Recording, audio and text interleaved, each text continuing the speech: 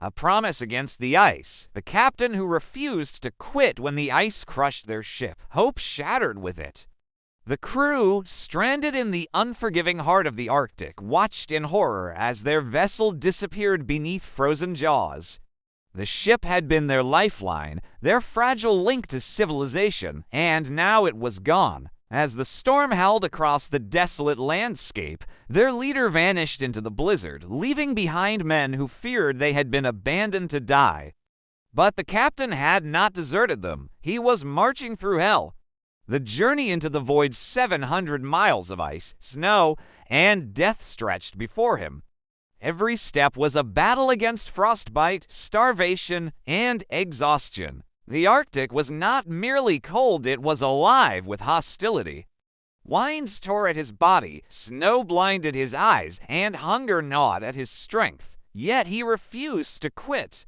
Each mile was a testament to his obsession, a relentless drive to keep a promise he had made to his men that he would return no matter the cost. The captain's march was not fueled by survival alone. It was fueled by duty. He carried the weight of lives on his shoulders, knowing that 14 men were clinging to existence, waiting for him to deliver salvation. In the silence of the Arctic, his footsteps echoed with determination. The crew's desperate vigil back at the camp, the survivors endured a nightmare of their own. With their ship gone, supplies dwindled, and the endless Arctic night pressing down, despair became their constant companion. Each day was a test of endurance. They rationed scraps of food, fought against the creeping numbness of frostbite, and tried to keep their spirits alive with fading memories of warmth and home. They did not know if their captain still lived. The storm had swallowed him, and the Arctic was merciless. Yet, even in their darkest moments, a fragile thread of hope remained. They believed in him. They believed in his promise. Against all odds, weeks later, when the horizon finally revealed movement, disbelief turned to awe. Against all odds, the captain returned. He was not alone. He had led a rescue mission across the frozen wasteland, bringing supplies, strength, and the will to fight back against death itself. The final 14 survivors were pulled from the edge of despair, their lives reclaimed by the man who refused to surrender.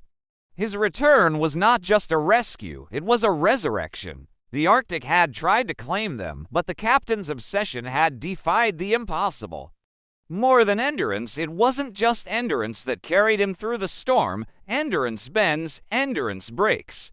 What drove him was obsession, a fire that burned even when the world said it was over. He was consumed by the promise he had made, unwilling to let fate dictate the end of his men. This obsession transformed him into more than a leader.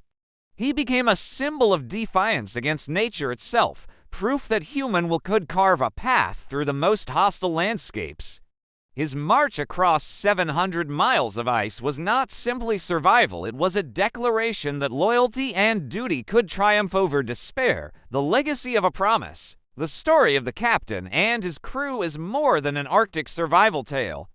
It is a reminder of the power of promises, of the bonds forged between leaders and those who trust them.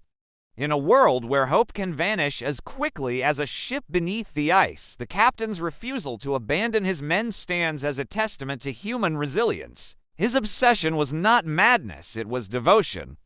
It was the unyielding belief that no life should be surrendered without a fight. And in the end, it was that belief that saved 14 souls from the frozen jaws of death.